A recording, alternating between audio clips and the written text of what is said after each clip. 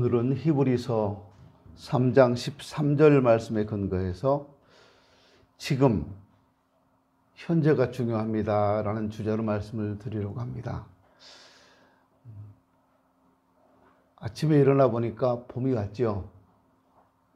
길거리에 나가봐도 봄이 온 것 같아요. 옷차림새가 서서히 달라지고 있고 두꺼운 그런 옷에서 점점 화사한 옷으로 바뀌고 있는 것 같아요. 멋쟁이들은 봄옷을 입고 벌벌 떨고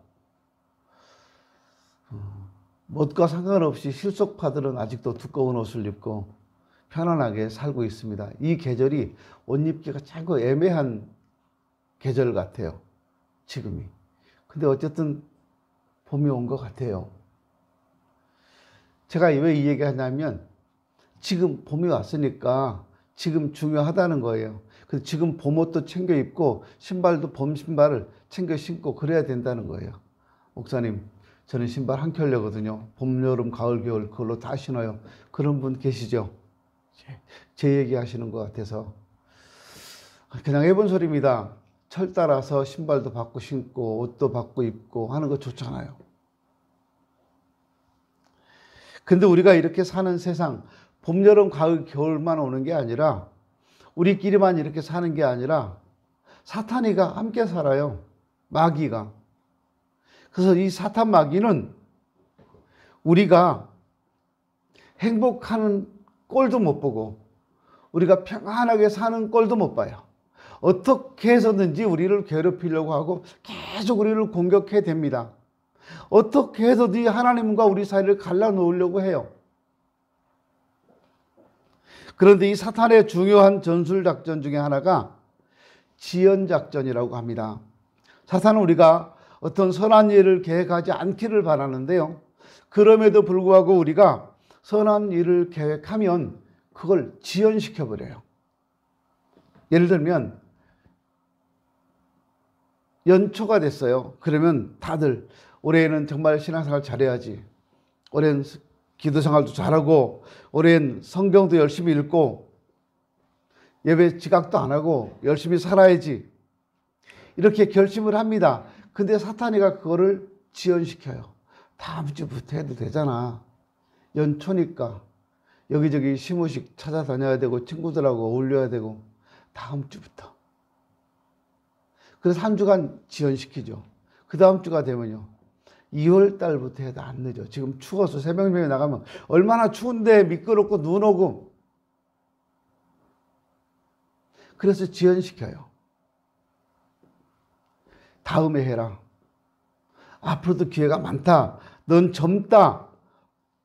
마음껏 인생을 즐겨라. 그래서 이렇게 항상 계획만 세우다 실천을 못하고 또 한 해를 보내고 또 한 해를 보내고 그렇게 하잖아요.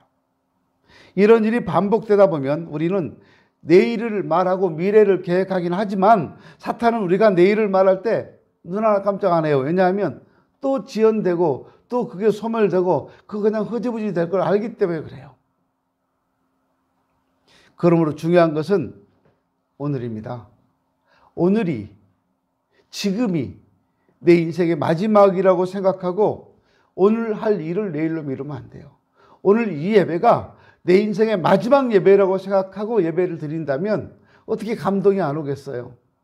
내가 이 세상에서 드리는 이 마지막 예배라고 생각한다면 어떻게 이 예배에 감격이 없겠어요? 어떻게 하나님을 찾지 않고 하나님을 부르지 않고 어떻게 휴대폰을 바라보고 어떻게 친구를 부르고 다른 생각을 할 수 있겠어요? 그렇지 않거든요. 지금 중요합니다. 사실 일을 지연시키는 것은 나태하고 연약하기 때문입니다. 더 중요한 것은 이 지연작전이 사탄이 우리들에게 선한 일을 하지 못하도록 하려는 전략이라는 겁니다. 그래서 성경은 우리에게 현재를 강조하고 있습니다. 보라, 지금은 은혜 받을 만한 때다. 보라, 지금은 구원의 날이다. 지금이라고 그래, 지금. 미래가 아니고 내일이 아니고 지금이 은혜 받을 만한 때고 지금이 구원 받을 때라는 겁니다. 에베소 교회에 보낸 편지에서도 세월을 아껴라. 때가 악하다. 이렇게 말씀합니다. 그리고 오늘 본문에 보면 오늘이라고 일컫는 동안에 바로 오늘이라고 말씀합니다. 세상에는요, 해보고 실패하는 사람보다도 아무것도 안 해보고 실패하는 사람이 훨씬 많다고 합니다. 지연시키다가 미루다가 끝내 못하고 실패하는 거예요. 그리고 후회만 하게 되죠. 아, 그때 나한테 정말 좋은 기회였는데. 실패자의 핑계는요, 바로 이렇게 지연하다가 못하는 경우입니다. 아, 그래서 그때 할 걸. 아, 그때 했어야 되는데. 이게 실패자의 후회라고 그래요. 그러면 왜 현재가 중요할까요? 지금 현재 주님 말씀에 순종하며 살아야 되기 때문에 그렇습니다. 나중에 미래에 순종하는 것이 아니라 지금 하나님 말씀에 순종해야 되기 때문에 현재가 중요한 거예요. 시편 81편 8절 9절에 보면 내 백성이여 들으라 내가 네게 증거하리라 이스라엘이여 내게 듣기를 원하노라 너희 중에 다른 신을 두지 말며 이방 신에게 절하지 말지어다 말씀합니다. 여기 이스라엘이여 내게 듣기를 원하노라는 말씀은 하나님께서 이스라엘 백성들에게 내 말을 들으라 귀담아 들으라는 뜻이에요. 근데 듣고 끝내라는 말이 아니에요. 말씀을 새김질하고 마음에 담으라는 겁니다. 그래서 우리를 향하신 하나님의 뜻이 무엇인지 분별하며 살라는 말입니다. 하나님 말씀 가운데 은혜가 있고 하나님 말씀 가운데 생명이 있고 하나님을 만나는 은총이 순종하는 데 있기 때문입니다. 다윗은 하나님 말씀이 꿀보다 송이꿀보다 더 달다고 고백합니다. 이 하나님 말씀이 꿀보다 송이꿀보다 더 달겠어요? 어떻게 가능할까요, 그게요? 근데 이 말씀, 이런 표현을 쓰게 된 배경이 있지요. 이스라엘 사람들은 자기 가정에서 하나님 말씀을 자녀들에게 철저하게 가르칩니다. 그리고 안식일이 되면 회당에 가서 또 열심히 배웁니다. 선생님이 가르친 다음에 학생들에게 물어요. 대답을 잘하면 과자를 하나씩 주는데 그게 꿀 바른 과자입니다. 대답 못한 학생은 과자 못 먹어요. 그때 그 꿀 발린 과자를 먹은 학생은 그게 얼마나 맛이 있는지 얼마나 달콤한지 그 과자 때문에 더 열심히 율법을 배우고 그래서 다음 시간에 와서 또 대답을 잘하고 그런답니다. 그러다 보니까 이 처음에는 과자 하나 얻어먹으려고 열심히 공부했는데 나중에는 하나님 말씀의 맛을 알게 되니까 그 하나님 말씀이 꿀보다 달다고 하는 거예요. 그러니까 한 말씀도 놓치지 않으려고 하는 말씀을 귀에 담아두고 묵상하고 그 말씀대로 살려고 하는 것이 이 히브리인들의 삶입니다.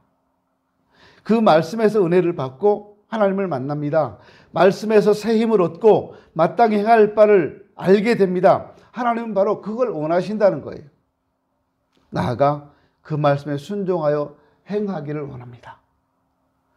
시편 81편 13절로 16절을 보면 내 백성이 나를 청종하며 이스라엘이 내 도 행하기를 원하노라 그리하면 내가 속히 저희 원수를 제어하며 내 손을 돌려 저희 대적을 치리니 여호와를 한하는 자는 저에게 복종하는 채 할지라도 저희 시대는 영원히 계속하리라. 내가 또 미래의 아름다운 곳으로 저희에게 먹이며 반석에서 나오는 꿀로 너를 만족해 하리라 말씀합니다. 하나님 말씀을 그대로 받고 그대로 믿고 그대로 행하는 사람에게는 대적을 이기게 하시고 아울러 이 세상에서 필요로 하는 것으로 만족할 수 있도록 채워주시겠다고 약속하고 있어요. 우리가 뭘 얼마나 가져야 만족할까요?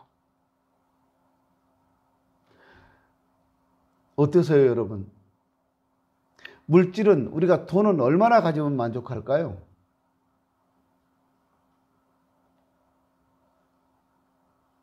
옷은 얼마나 예쁜 옷을 입어야 만족할까요? 외모는 얼마나 잘생겨야지 만족할까요? 세상에서는 얼마나 높은 자리까지 올라가야 만족할까요? 3월 9일 날 윤석열, 이재명 두 사람 중에 한 명이 대통령 될 거예요. 대통령 되면 만족할까요? 어떻게 해야 만족할까요? 근데 하나님께서 우리에게 만족해 하겠다고 하십니다. 하나님 말씀을 그대로 받고 그대로 믿고 그대로 행하는 사람에게는 대적을 이기게 하시고 이 세상에서 필요로 하는 것을 만족하게 채워주신다는 거예요. 이 말씀은 우리에게 하나님께서 원하시는 것을 말로, 믿음으로, 말로 끝내지 말고 믿음으로 끝까지 행동으로 표현하라는 말이에요. 내가 믿음을 가졌으면 행동이 나타나줘야 합니다. 말로만 믿지 말라는 거예요. 말로만 예수 믿는 척, 말로만 신앙 있는 척 하지 말라는 거예요. 행동이 따라와 줘야 되는 거예요. 행동이. 예수 믿는 사람이 아무 행동이나 믿지 않은 사람이나 똑같이 한다면 그건 믿는 사람이 아니잖아요. 예수 믿으니까 행동 속에서 향기가 나타나줘야 되고 행동 속에서 예수 그리스도의 말씀이 나타나줘야 돼요.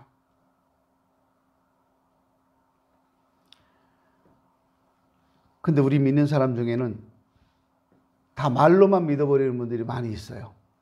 머리로는 진짜 많이 알고 입으로는 진짜 많이 알아요. 근데 행동은 안 따라줘요. 기도 많이 해야 되고 전도 많이 해야 되고 다 알아요.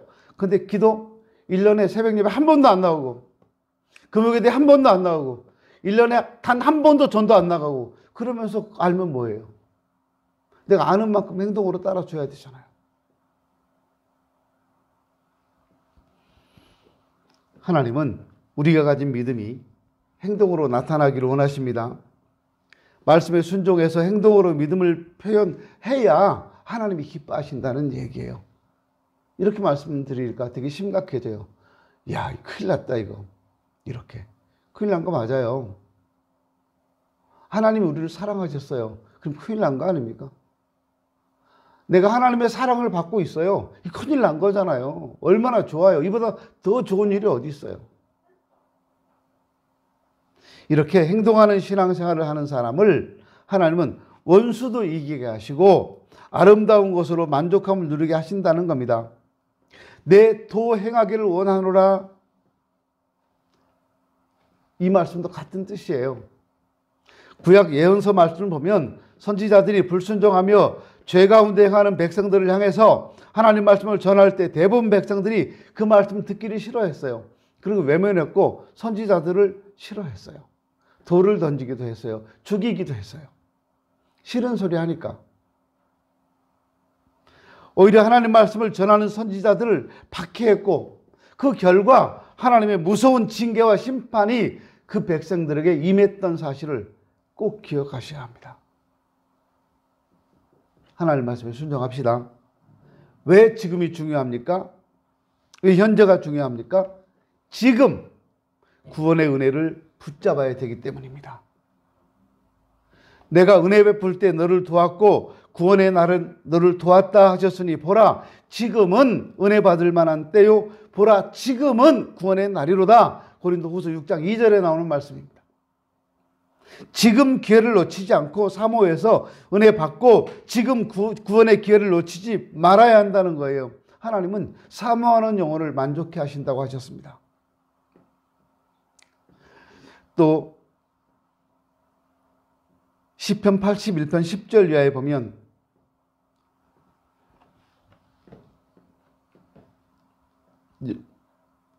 나는 너를 애굽 땅에서 인도하여 낸 여호와 네 하나님이니 내 입을 넓게 열라 내가 채우리라 말씀합니다.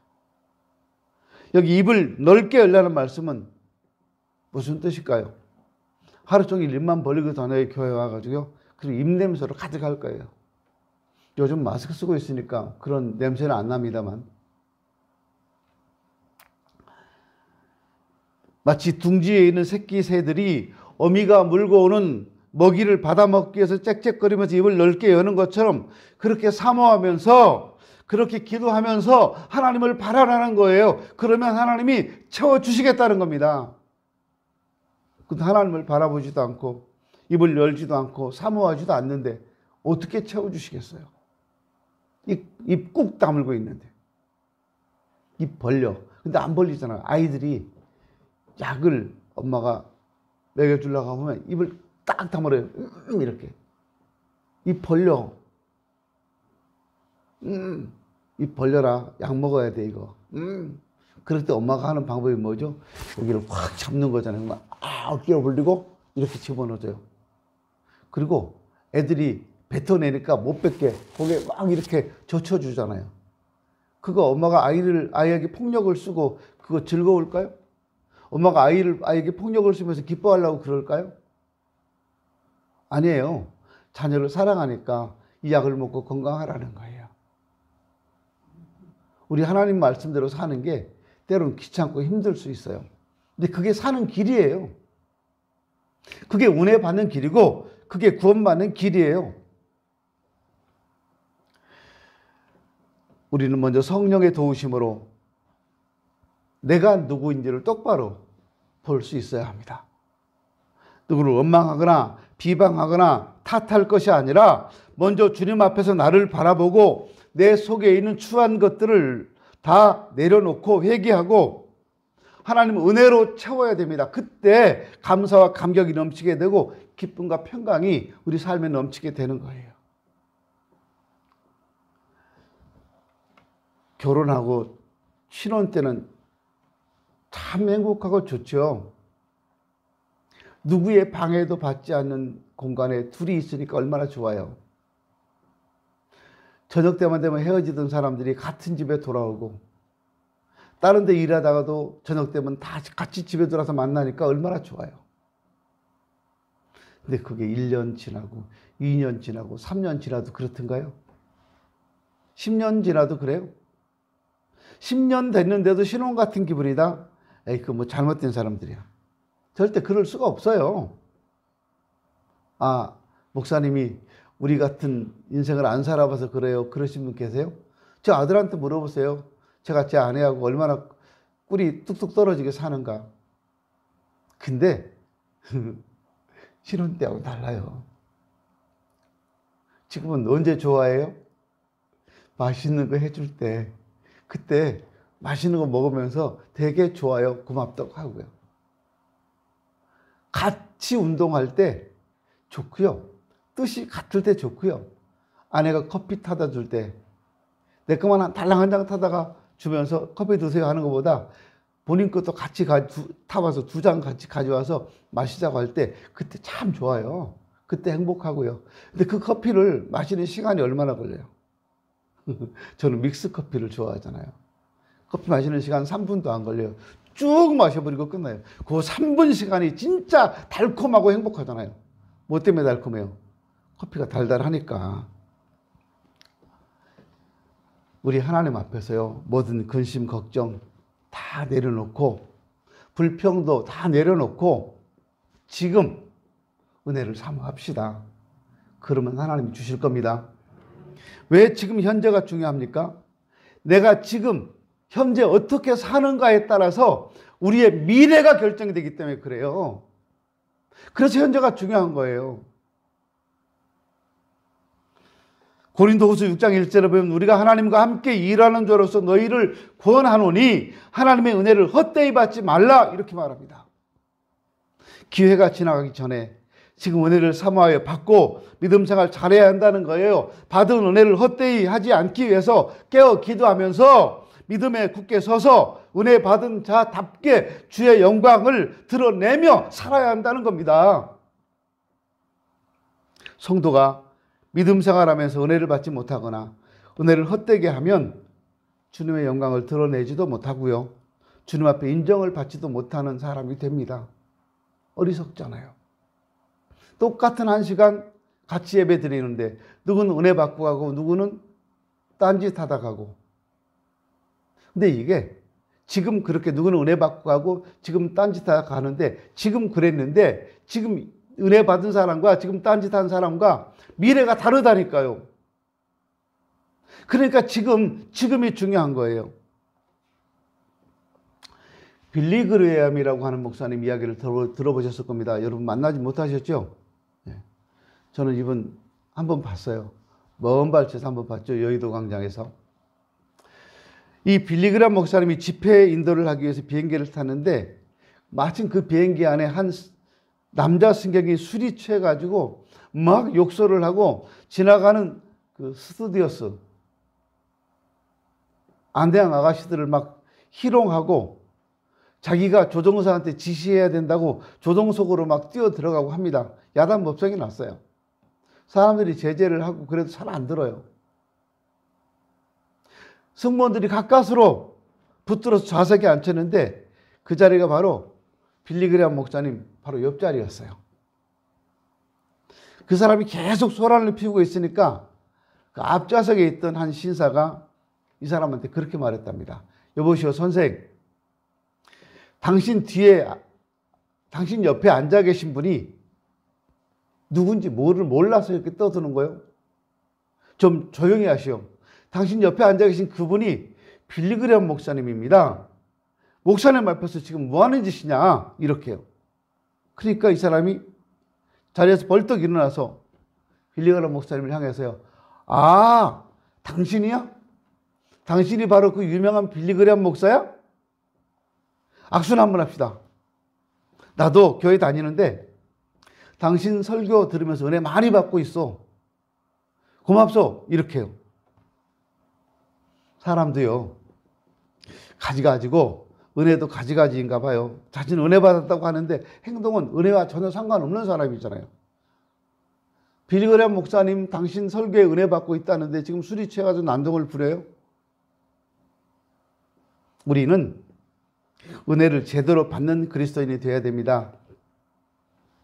오늘날 시대는요, 은혜가 풍성한 시대입니다. 그러나 많은 사람들이 육신의 소욕을 따라 살기 때문에 은혜 받는 일에 관심이 없고 은혜를 헛되이 받고 그래요. 여러분 은혜에 관심이 있습니까? 20, 30년, 30년 전만 해도 40년 전만 해도요. 정말 많은 그리스도인들이 은혜를 사모했어요. 그 산으로 교회로 밤새 가서 기도하고 그랬어요. 그때 한국 교회가 이렇게 부흥했고 한국 경제가 이렇게 살아났어요. 지금은요. 다 살만해졌어요. 그러니까 기도 안 해요. 지금은 새벽 예배 시간, 금요 기도 시간 정해놓고 오시라고 해도 안 와요. 그 전에는 오라고 안 하는데 가서 밤새 기도하는 거예요. 꼭 금요일만 기도했던 거 아니에요. 철야했던 거 아니에요. 아무 때나 가서 밤새 기도하고 그리고 회사에 출근했어요. 그런 때가 참 많았어요. 그런 분들이 진짜 많았어요. 은혜를 사모했기 때문에. 그때는 다 가난했어요. 힘들었어요. 그런데 가난하고 힘들긴 했지만 희망이 있었어요. 잘 살 수 있다는 희망이 있었어요. 내가 한 달 동안 열심히 일해서 얻은 소득을 가지고 잘 살 수 있다는 희망이 있었어요. 저 군대 제대하고요. 첫 직장에서 받은 월급이 8만 원이었어요. 그 8만 원 가지면 다 이것저것 다 쓰고 5만 원 남았어요. 요즘처럼 여러분들처럼 문화생활을 즐긴다든가 뭐 커피 한 잔에 몇천 원씩 하는 그런 커피를 마신다든가 그런 삶은 생각을 못했죠. 단순히 먹고 사는 거. 유명 브랜드 옷을, 그때는 그런 유명 브랜드도 있었는지 없었는지 잘 모르겠어요. 시장 가면, 부평 시장 가면 많았고, 동인천 시장 가면 싼 옷들 참 많았어요. 그거 입었어요. 그래도 하나도 부끄럽지 않았어요. 희망이 있으니까. 지금 내가 100만 원짜리 방에 살면 1년 모아서 150만 원, 200만 원짜리 방으로 옮겨가면 되고 200만 원짜리 살면 500만 원짜리로 옮겨가면 되고 저 결혼해서요. 제 아내랑 둘이 전세였죠. 300만 원. 300만 원짜리 전세 방 얻어서 갔어요. 단독주택 방 한 칸. 부엌 따로 있어서 좋았어요. 들어가면 부엌, 문 열고 들어가면 방. 원룸이네, 아주. 그렇게 시작했어요. 그리고 3년 지났나요? 3년인가 3년 반 만에 가자동에 지금은 한신 휴플러스 아파트가 생겼는데 그 주공 아파트였어요. 그 주공 아파트 샀어요. 530만 원 주고요. 그때 아파트 한 채 530만 원이었어요. 아, 근데 우리 팔고 나니까 막 1억 그래. 우리 3,800에 팔았는데 팔고 1년 지나니까 1억이 넘어가요. 그리고 바로 그게 휴플러스가 생겼어요. 희망이 있었어요. 그때는. 작은 돈이지만 적을지라도 모아서 키워서 갈 수 있다는 희망이 있었어요. 왜냐하면 그 집값은 그대로니까. 10년 지나도 그 집값이 그대로였고 5년 지나도 그 집값이 그대로였어요. 지금은요.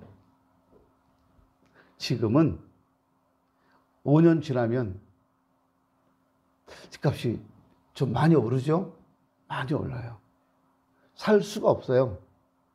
한 달에 5만 원, 10만 원 모아가지고는 아파트 살 수가 없어요. 희망이 없어요, 지금은. 그러니까. 이런 세상에 우리는 살고 있습니다. 그런데도 왜 기도를 안 하는지 모르겠어요. 희망은 없는데 삶은 넉넉해요. 아무런 희망이 없이 암울한 세상인데 사는 건 풍족해요. 그러니까 기도 안 해요.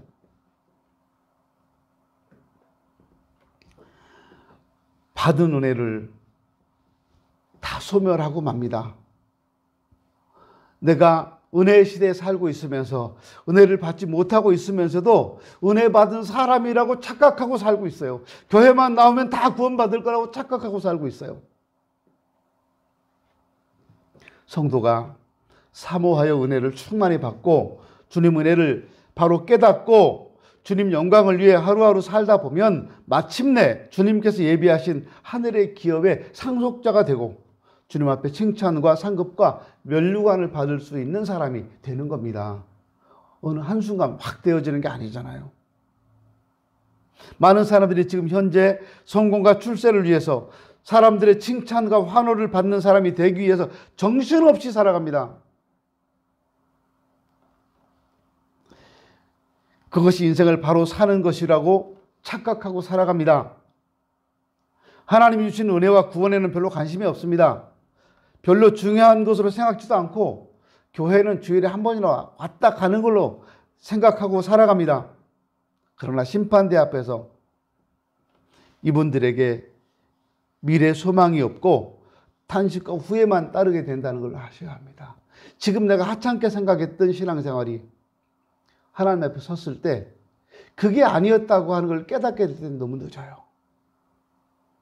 세상에서 성공하십시오. 이재명이나 윤석열 다 갈아치우고 여러분들이 그 자리에 서면 좋잖아요. 나 우리 교회에서 대통령 나왔으면 좋겠어. 우리 교회에서 국회의원도 나오고 구청장도 나왔으면 좋겠어요. 여러분 자녀들 중에서 그렇게 되길 바랍니다. 여러분 중에서 그렇게 되길 바랍니다. 근데 그게 내 인생의 전부가 돼서는 안 돼요. 우리 인생은 끝나요, 언젠가는. 끝납니다. 얼마 전에 우리 교단에 어떤 포럼이 있어서 갔는데 저희 동기 목사님들은 같이 갔어요. 입장하면서 이제 생년월일 자기 신상을 쓰는데 제가 쓰니까 저 옆에 있던 목사님이 깜짝 놀라는 거예요. 목사님, 잘못 쓰신 거 아니에요? 뭘? 생년월일을 잘못 쓰신 것 같은데. 왜? 아까 보니까요. 55년이라고 쓰시는데요. 나 65년인데 그냥 10살 넘게 썼어. 그랬더니 깜짝 놀랐잖아요. 그래요. 그래서 그랬어요. 65년이면 너랑 나랑 몇 살 차이냐? 그랬더니 65년이면 제가 그 목사님보다 한 서너 살 많아요. 그래서 제가 내가 너보다 서너 살 많다고 생각하냐? 그러니까 아니요. 근데 왜 잘못 썼다 그러냐? 나는 목사님 나하고 몇 살 차이 안 나는 줄 알았어요. 그 제가 하는 얘기가 야 임마, 난 니네 아버지하고 친하잖아. 내가 니네 아버지를 아는데 그랬더니 그 목사님이 아, 그렇죠. 그러더니 그때야 죄송합니다. 그래요. 그렇게 많으신지 모르고 얼굴이 너무 젊어서요. 그래서 이놈이 같은 목사라고 봐주니까 이제 막 나가네. 제가 그랬어요. 저 젊지 않잖아요. 제가 알아요. 앉았다 일어서는 것도요 불편하고요. 특별히 그 승용차, 제가 지난번에 어떤 목사님이 좋은 차를 태워줘서 제가 처음으로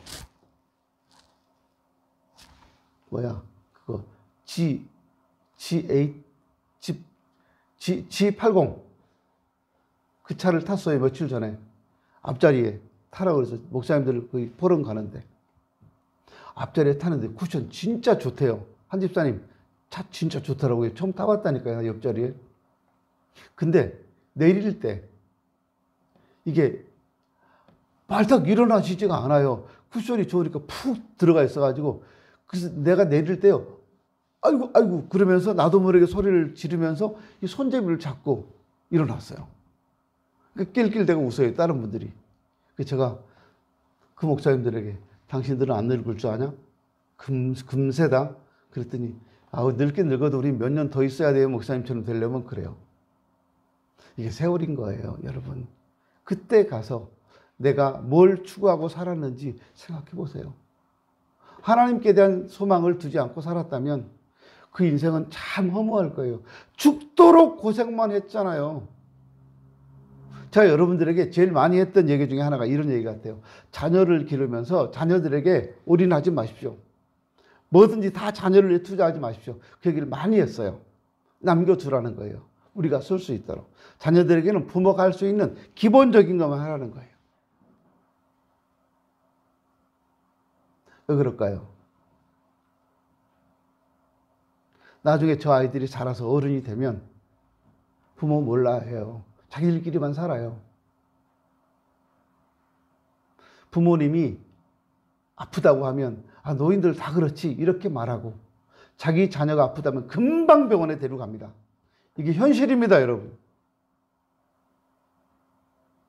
우리 부모님 편찮으시다 그러면 노인네가 그럼 뭐 안 아픈 데 있나? 노인네가 다 아픈 거지. 이렇게 말해요. 심하고 더 많이 아픈 병원에 가보세요. 이렇게.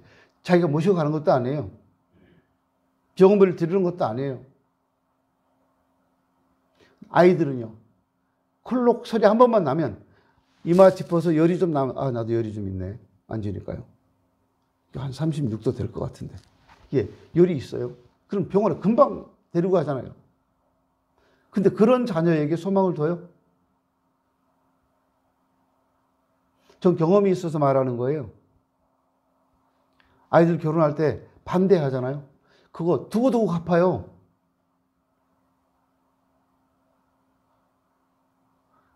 결혼하면 안 될 것 같아서 사랑하는 마음으로, 아들을 사랑하는 마음으로 반대하는데요. 제가 마음으로 결정했어요. 둘째 아들은 결혼한다고 어디서 섹시 데려오면 제가 무조건 처음부터 끝까지 결혼할 사람이냐? 네. 그러면 처음부터 끝까지 예쁘다, 좋다, 잘 골랐다 이렇게 말해주려고 그래요. 기가 막힌 아가씨 데려왔다 이렇게 하려고요. 저 경험했다니까요. 첫 아이를 낳아서 눈에 넣어도 진짜 안 아플 것처럼 예쁘게 키웠어요. 너무 사랑스럽게 컸어요. 이 아이가 유치원 갈 때 지금도 제가 그 생각을 하면 가슴이 뛰는데요. 아파트 베란다에서 내다보는데 이렇게 유치원은 아니죠. 어린이집 가는데, 선교원. 이렇게 가는데 우리 집이 3층이었는데요. 아빠 엄마가 베란다에서 보는 걸 알고 막 가다가 이 조그만 아이가 선교원 가다가 딱 돌아서더니 딱 이러는 거예요. 제가 하도 이뻐서 그날 베란다에서 계속 울었어요. 그리고 기도해서 하나님 감사합니다. 저렇게 이쁜 애를 주셔서 감사합니다. 이쁘긴, 아이고, 지금도 이쁘다 그래요, 제가요? 아이고. 나이가 40살이 다 되니까요. 이쁘긴, 아유. 내가 저런 녀석을 위해서 내가 그 많은 사랑과 애정을 쏟고 다 했나? 후회 막심해요. 근데 제가 경험했잖아요. 근데 똑같은 일이 반복돼도 또 그렇게 할 것 같아요. 이게 부모 마음이에요. 이게 부모 마음이에요. 근데 자녀들은 그렇게 살다가 부모님 조금 아프면 요양원에 보내버리잖아요. 제가 어떤 목사님이, 노인 목사님이 쓴 글을 보고 눈물이 나서 한참을 있었는데요. 그분이 그렇게 썼어요. 노인 요양원 가지 마서. 노인 요양원 가지 않으려면 열심히 운동해서 건강 지키십시오. 그리고 조금 먹고 운동 열심히 해서 건강하게 사십시오. 그래야지 안 갑니다. 노인 요양원 갔다가 집으로 돌아온 노인을 지금까지 단 한 번도 본 적이 없습니다. 노인 요양에 가는 순간 영원히 집에 돌아오지 못하고 거기서 죽는다는 거예요. 현대판 고려장. 그런데 그렇게 살아가는 것이 인생인데 그런 인생이 이 세상에 소망을 두고 산다고요? 역대 우리나라 대통령 했던 분들 보세요. 결과가 어떤가? 참 비참해요. 거의 대부분 다 감옥 갔다 왔거나 엄청 욕먹거나 지금은 대통령 되기도 전부터 난리 치잖아요. 두 사람 다. 여러분 생각해 보세요. 저 사람들이 대통령 후보로 나오지 않았는데도 저 사람들이 이런 사생활이 다 까발려졌을까요? 솔직히 우리는 그 사람보다 좀 나은 거 있나요? 우리는 뭐 거짓말 안 해요. 정도의 차이는 있겠지만 우리 힘이 없고 실력이 없고 능력이 없어 그렇지 우리도 그런 힘을 가지고 있으면 그렇게 할 것 같아요. 잡아간다고 좀 영영거리고 왔네요. 그렇게 하면. 똑같아요. 대통령 나왔기 때문에 저러는 거예요. 그런데 저렇게 살다가 대통령이 되고 임기가 끝났어요. 무슨 소망이 있어요? 이제 감옥 가야 되는데.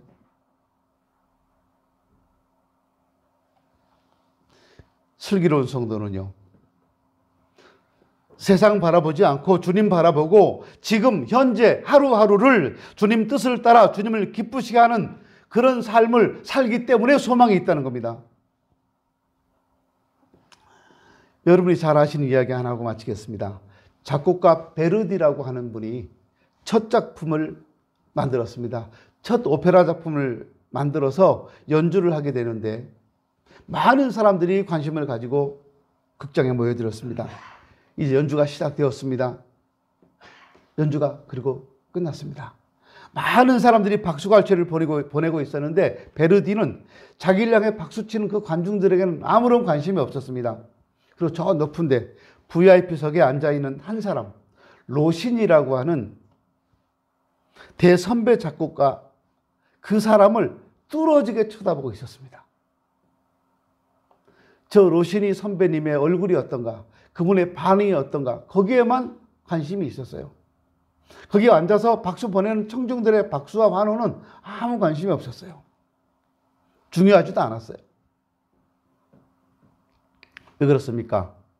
베르디의 관심은 대선배 작곡가인 로시니가 이 곡을 어떻게 평가해 주느냐, 이것이 가장 중요한 일이었다는 겁니다. 우리 성도들의 신앙생활이 그래야 됩니다.